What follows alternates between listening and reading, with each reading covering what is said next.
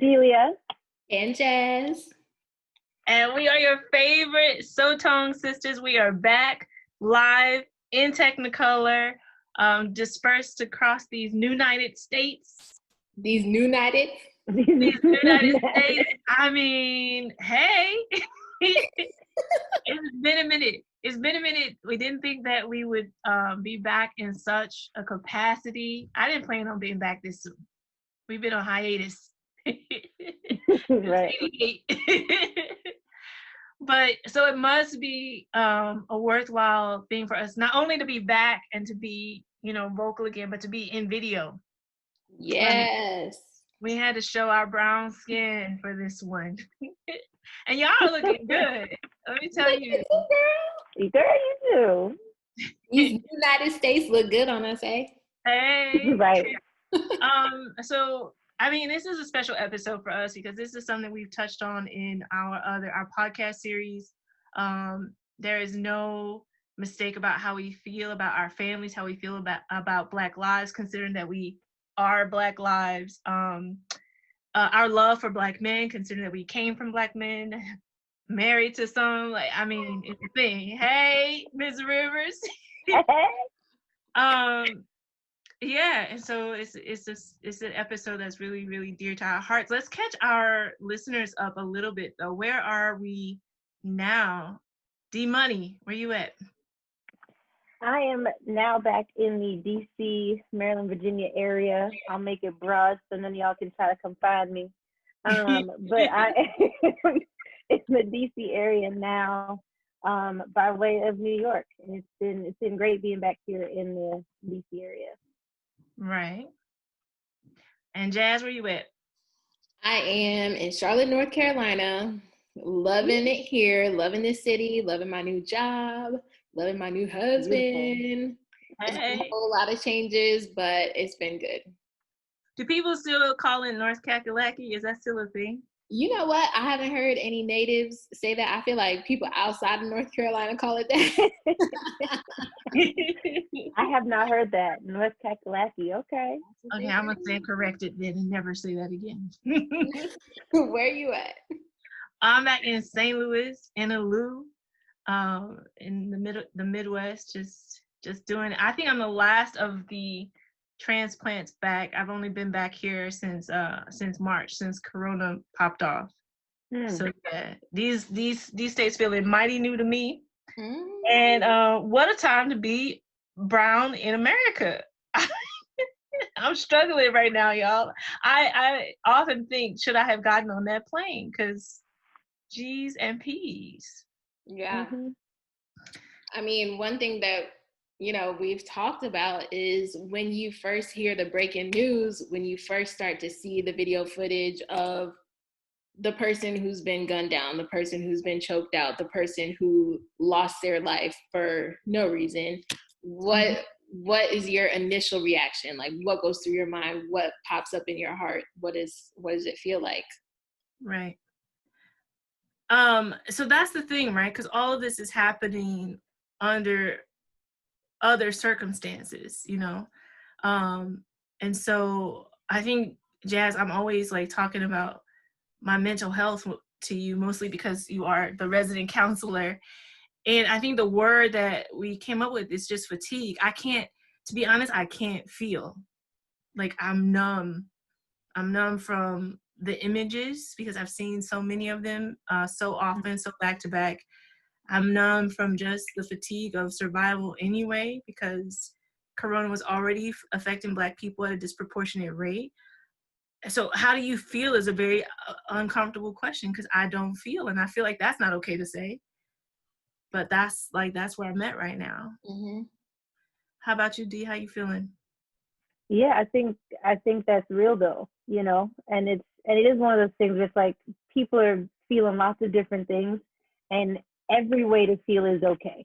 Even if you're not feeling and you feel like you kind of need to shut off for a moment, that's okay too. I feel like people are feeling all those things. They're fatigued, they're traumatized, they're scared, they're tired. Like, we all are feeling all of those things. And I think as being Black in America, you feel those on a daily basis anyway. And then depending on where you live and what your background is, you might feel that more on any given day. But then when we have all of these things coming up, like, and we see it in social media, and we have video evidence, and we see these things in the news, it just like it just kind of explodes it to a different level. And that trauma is overwhelming. Mm-hmm. It is overwhelming. It's like your sensory system is on overload because you're getting these videos played back over and over and over, and it's like you can't escape the news, you can't escape social media, so you're seeing it replay, and like it does cause trauma fatigue. And I never put that together until Candice said it to me the other day, and I was like, wow, like I think I'm starting to experience that. And it's like it's hard to process when you're so bombarded and you're so overloaded with all these images, and then everyone's take on the issue, and then trying to figure out your own take on the issue and your own feelings. It's a lot. And for me, it's been kind of like a system overload, and my system is like starting to shut down. So like yesterday, I felt so tired, and I ended up napping. Like I just a lot of the day away because I was just so overloaded and experiencing trauma fatigue. Mm-hmm. Yeah. How would you describe that? Because I think a lot of people feel what we feel, Jazz, but they don't have the language to describe that and to know, wait, is this what I am? Is this trauma fatigue? Like, how would you just define that really simply for people who are trying to figure out how they feel? I think it's just kind of like I said, like a system overload. Like you can't really think clearly, you can't process. For me, it was like even interrupting my sleep. Like I've had a couple of sleepless nights recently because I'm just laying in bed and I'm like, I can't, number one, get those images out of my head. Number two, like I can't sort through my own emotions because they're just everywhere. Yeah. And it's just like, you literally have to sit down and like make an effort to like dig through everything and like start to sort through how you feel, what you think about this, what you think about that, how, it's a lot to work through. So yeah. And then I think also with us as Black women, when we see these things, we think about our families, we think about the people close to us, the loved ones that we have, our fathers, our brothers, our friends, our spouses, and it hits a different way. I was seeing my news feed, just full of all of the women who were talking about their sons and what that felt like to now have to think about trying to protect, not now because this is something that they always think about, but what that means for them to try to protect their sons. And then the fathers who are posting and, talking about having to have this conversation with their boys, have these conversations with their girls. It hits so much more different because on the one hand, you see it and you connect with the people who are going through those experiences because you have that connection. We have that connection as Black people in America, but then also you have that connection because you're thinking about your own family and your own friends who are close to you and what could happen on any given day to any one of them. Mm-hmm. And so that like fear and that anxiety, it weighs on your shoulders, and it's hard. It is traumatic and overwhelming to think about that all the time. Yeah. Right. I think there are like a couple of ways that fatigue gets manifested as well, right? Like Jazz was saying, like sleeping a lot. I think that's one of mine. I'm an escapist. Like if it comes down to a fight or flight, I'm catching flights. Like racking up mileage points. Girl, when I tell you I got a couple of free flights on standby right now. Really? And I can't fly. We can't fly right now. Like ain't nobody opening their borders without severe penalty. So you can't escape it. You can sleep through it, but you're still there when you wake up. And so I think that trauma fatigue, the fear and the hopelessness, and then coming out of Corona already, that's when you take to the streets. And we mentioned our cities, Charlotte, DC, St. Louis, all their riots in all these cities right now. Mm-hmm. That is like, that's textbook for me. I'm like, yeah, that's what happens next. collapsed, you know, like that's the perfect storm.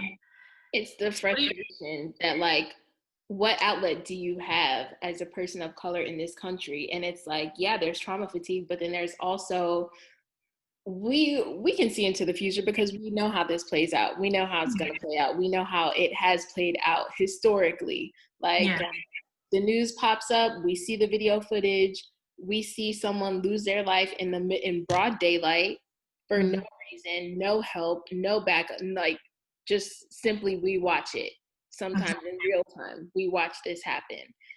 And then we also watch the officer get off scot-free, like no punishment, no accountability, no charges in some cases, like nothing. Some cases richer because now he's doing 2020 interviews and they paying for that. Right. As in the case of Mike Brown. Like, you have this cycle and that feeds into, that's trauma. That's traumatic to watch that whole entire cycle play out. And so you see almost daily now trauma happening to Black people, and it's like, here we go again. I know how this is going to end. Here we go again. It's happening again. Right. Yeah. What do you think about how the media is handling this? Jazz, I think I sent you an Instagram clip maybe yesterday, and I don't even remember what city it is, but they were protesting, you know, down in the city capitol, and suddenly this pile of bricks appears out of nowhere. Remember I sent you that? Falls out the sky. And this lady's like, wait, now, where these bricks come from? There's no construction going on here. Y'all trying to set us up. And the media, yes. There's a lot of shady business, and the waters are so muddy right now because on one hand, you have people who are peacefully protesting and who are passionate, who are fired up, who are pissed off, but still peacefully protesting. And then you have people who are rioting and looting that are also pissed off, and rightfully so. Like, of course, looting Target, whatever. But then you have instigators who are coming in, instigating and, you know, blowing up the situation. And sometimes that's what you're seeing on the news. So it's like, it's murky right now. It is. That's the word for media response. Murky AF. How about in DC in particular, Delia? Because I think like you guys always have a very unique situation when it comes to what's happening in America. How has the media response been there? Has it been like a federal response, or are you still getting like local news on it? There's a lot of both. There's, you know, local news, there's federal news. You know, there's coverage of a lot of things going on, but, you know, even like you said, you know, there's things being instigated, and then the news kind of leans or tries to lean to one side and tries to push this narrative or this story about what is happening, which isn't always what's happening, or that's probably like a small, you know, section of what's really happening. Right. But they try to make it look like, oh, you know what I mean? But I do think that people all over in DC, in New York, in all the different places they're just everybody's done. Like, that's just kind of the word. Like, people are done. Like, I'm over it. I'm done. Whose attention do I need to try to get right now for something to happen? I think that's just kind of where it is. And I'm hoping that it gets people's attention. You know what I mean? Like, if that's what has to happen to get people's attention, then let's go. Whose attention are we getting today? Do you think that it's the right way to go about it? I don't know. I'm not going out there. I'm not loot. Look, me personally, I'm not going out there to loot. I'm not going out there to riot. I'm not. But if I got friends out there, I fully 100% support them. 100%. Yeah. If that's what you want to do, that's 100%. You have my full support, because I'm not about to tell you how to cope with your trauma. Right. Ooh, girl. And it begs the question, what is the right way? Like, I'm waiting on people to tell me what is the right way to protest. Because with Colin Kaepernick, y'all weren't happy with that protest. With peaceful protesters, still not happy. They're still getting hosed down, sprayed up. Like, what is the right way? You know who always tells you that you're doing it wrong?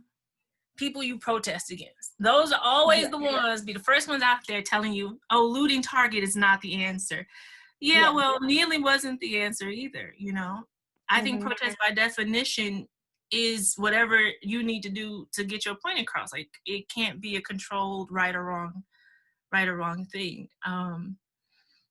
I don't know. I'm on the fence because like you said, Jazz, like trauma fatigue, you want to sleep it away. I can't fly.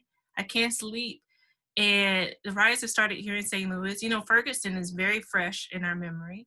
And so for us, we're like, we stood on these streets already, and y'all still didn't get it. This got global with Ferguson, and we're back here again. Mm-hmm. And it's enough to make you be like, maybe I do need to stand out there. Maybe throwing a couple of Molotov cocktails is what needs to happen. Like, what's the worst they can do? Kill us? They already doing that? Already. Right.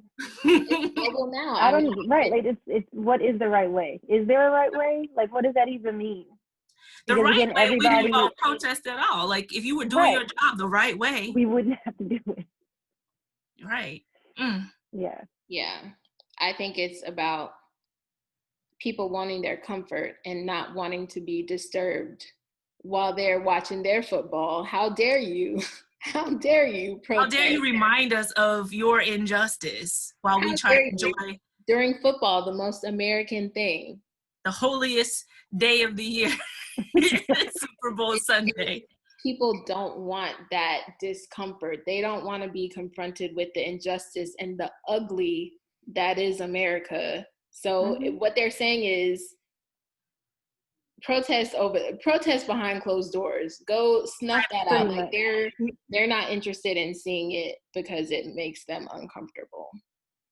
Which is why I think you've always mentioned, Jazz, like, going forward, like, how can this lead to significant change this time? How can we get out of the cycle that produces trauma fatigue? And you've mentioned allies, like people who are not Black, people who are not being murdered in broad daylight on video camera. You guys, our friends, you know, people we know, like, y'all got to stand up with us and be like, we're not okay with this either. I think that's how the movement got as far as it did in the 60s.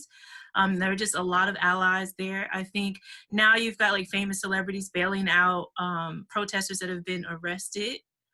Thank you. Keep doing that because money is powerful. Yeah, I think, Jasmine, if you could speak on that, like, why is allies important, and what's an ally? Because I think so, even in the comments you see people saying, hey, I'm not Black, is it okay for me to support this cause? Like, people are genuinely not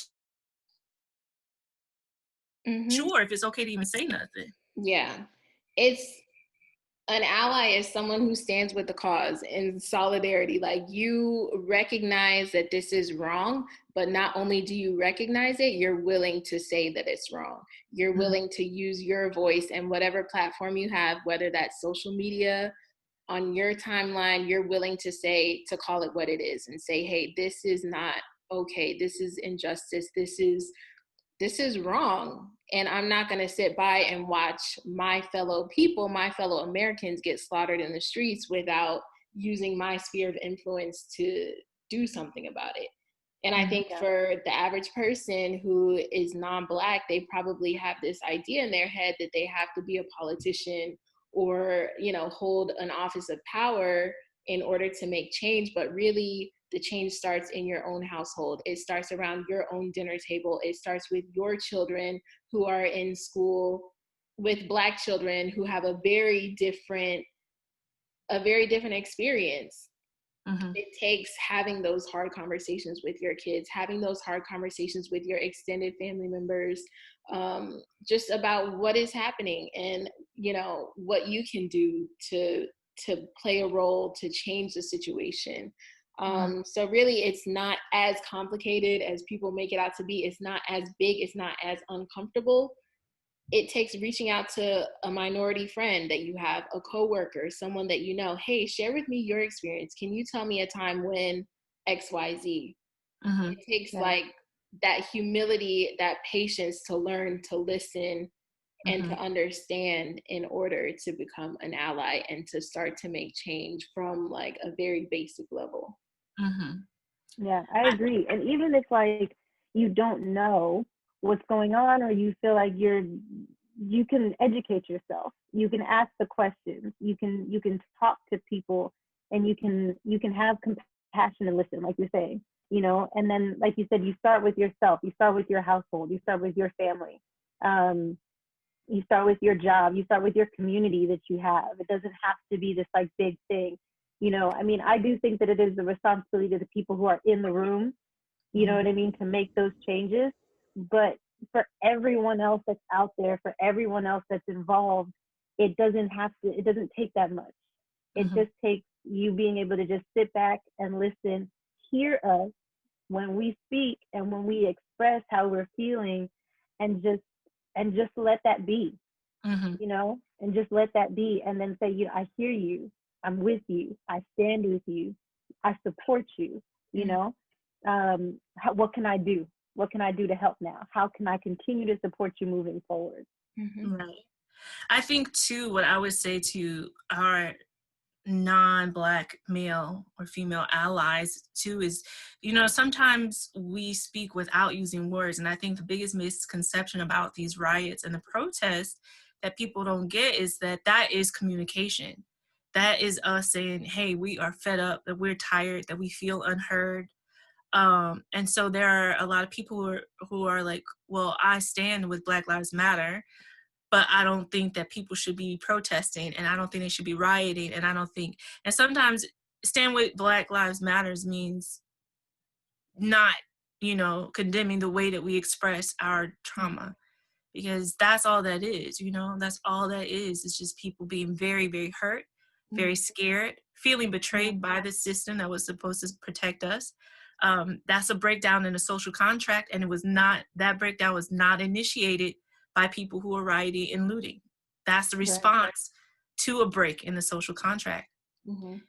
Sometimes you gotta let that ride. As an ally, you gotta like, hey, that's how they feel. Protesting and the rioting and the looting is a small piece in the Black experience. If you don't agree with that, that's fine. There are other ways that you can support and understand and learn and find ways to agree or come to some sort of understanding that are outside of that. And I think because our media is so salacious, they're focusing on that to make that the forefront, to make that the story. You know, like, it's not necessarily all about that. So there are other ways to connect to the Black movement, even if you disagree. Yeah. That's powerful. We were talking about media response, and I think some of the things that did kind of warm my heart when it comes to allies and things like that is all of the companies that got out in front of this, that said, hey, Black Lives Matters. Like Netflix had a whole post about it. All that. Yeah. Which was well followed by Amazon Prime, but I'm like, Netflix did it first. Who else? Like Neutrogena. Like, it's a lot of like companies that are saying, hey, Black Lives Matter. I think VH1, yeah. And Jazz, I think you were saying even like you were checking clergy in church houses. Do they call them church houses? Church houses, girl. Church houses. Wait a minute. Houses of worship. We went back to the 1960s for a second, didn't we? I mean, we reliving it now. And that's true. When I see protesting for civil rights, I get confused about my timeline. We know you grew up in a different era, girl. No. Yeah, I did. I specifically, a day or two ago, I specifically went on a couple of mega churches' Instagrams to see if they had put out a statement or made any type of post relating to these issues. And I was actually surprised to find that a lot of them had. And then I went in the comments. I said, let's see what the saints got to say, because it's one thing for the church leadership to post something, but it's another thing for the congregation to also support. So I was surprised to find that people were very supportive, were very understanding, empathetic, all that. And then also just on my personal timeline, seeing non-Black friends, seeing white friends posting like, hey, actually, this is not okay. Posting the hashtags, posting like tributes, you know, like all of that. Those things are small, but they're significant, because I feel like this is the first time where Black people haven't had to carry the full burden, and we see white people actually speaking out. We see people calling it what it is and saying, hey, this is not okay. I'm with my brothers and sisters. We need to be on the front lines with them. I saw a post that was like, Karens for Black Lives Matter, like Becky here, and it was like this line of like white girls. Oh, Becky, like, oh, bless that her means heart. a lot. Like every single post, every single mark, like it means a lot from our non-Black friends. It really does. Mm-hmm. It's encouraging to see those things, even in the midst of knowing what the cycle might look like. Mm-hmm. And knowing what we already kind of automatically think will happen next. It is encouraging to notice the differences in this cycle versus the last one, as many as there have been, and so even seeing those posts on church websites or on our friends' pages, even hearing it being preached from the pulpit. I mean, that was something that was really encouraging to me, was that pastors are not just talking about it, let's say on their Twitter or their Instagram or their website, but then they're actually standing up before their congregation. I mean, now via video because of Corona, but they're standing up and they're having these discussions outwardly to their entire community. And I think that's really powerful. And I think it's necessary that churches are beginning to say, we need to have a voice in this. We can't just sit back and just allow what's happening out there, because what's happening out there affects the body of Christ. So at some point you have to address it. And so I think it's been really encouraging that there have been churches who are addressing those things from the pulpit. And then you do have people who are out there who are saying things, and they're encouraged and they're compassionate, and they're wanting to help, and they're wanting to be a voice for us. And I think that is really important and really powerful, because I believe at the end of the day, it's going to take their voices more than it will take ours for this ship to turn around. I really do think that it's going to be the voices of the white Americans who are going to be able to say, this is not the legacy that we want to have for America. This is not the America that we believe in and love and want. This is not what we asked for and what we built for ourselves. So we're going to turn this thing around. And I think that it can't be on us as Black people to carry that. I think it has to be on them to say, okay, we're going to change this. So that's really encouraging to me, that will hopefully move forward. Man, I think that's a powerful thing to say out loud, is like, yo, non-Black people, this falls on you too, this falls on you too.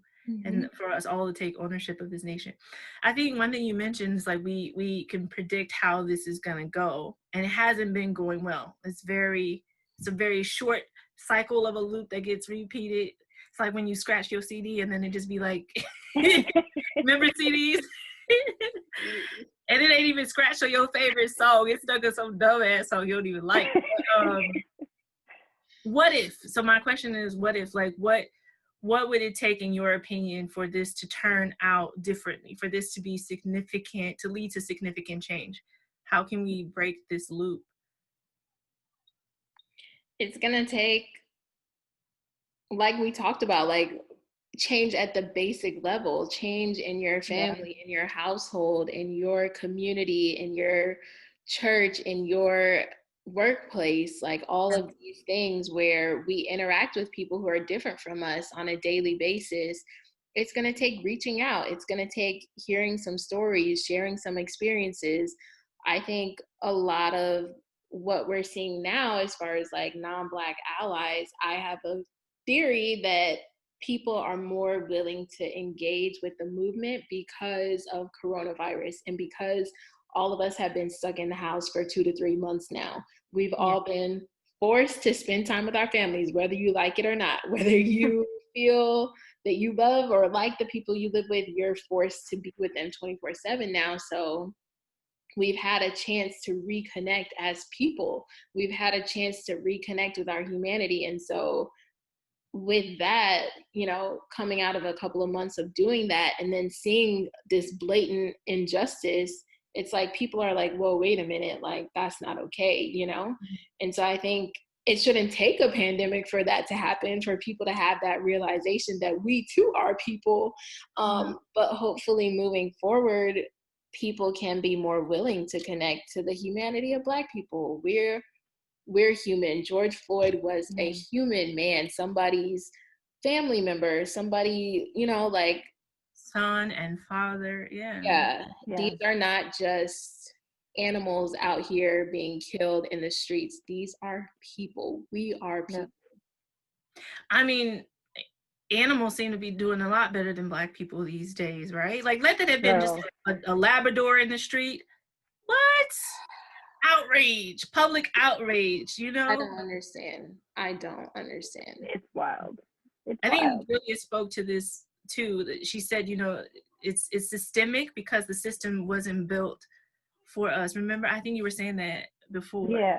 Yeah. Like I was having a conversation with someone, or I heard someone, I don't remember, but it was like, you know, the system is broken, the system's not working. And it was, the other person kind of came back and was like, no, the system is actually working the way it was designed. It's just, it was never designed for us, you know? And I think that was eye-opening for me, because it was like, wow, you know, this system that we have here is really designed to keep us separate, even though we're supposed to be, you know, equality for all, and we're supposed to be in that umbrella. It really wasn't. When they wrote that, you know, years and years and years ago, we weren't in that thought process. No, you know, we're not human. Right. So the system is designed the way it's supposed to be used. And so it is going to take, I think it's going to take some real accountability on those people that are in those positions of public service. It's going to take some real accountability on a policy level for them to not do the things that they're doing anymore, and not get away with the things that they're getting away with anymore. You know, I mean, it's going to take, like, you know, like what Jazzy was saying, from a very basic level, in terms of how you grow your mindset, but then it's got to go another step forward after that, you know? So then those people out there who still don't even have that mindset, are just refusing to even have that mindset. Okay, fine. You can think and believe what you want to believe. However, if you do this, this is what then happens to you, right? There has to be that accountability and those checks and balances in place, because if not, then this is just going to continue to happen over and over and over again. And there is not, I want to say there is no accountability. I was going to say there's not enough accountability. No, there's no accountability at this point. Like, it's just not even there. So I think that there needs to be.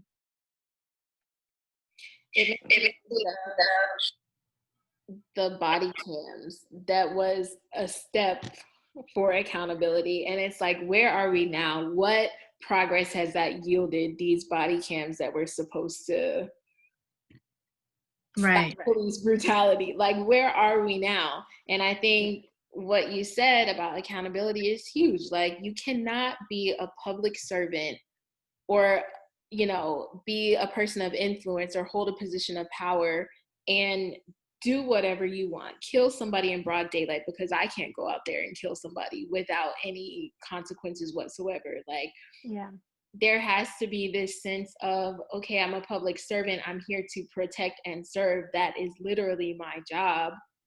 There have to be checks and balances, like you said.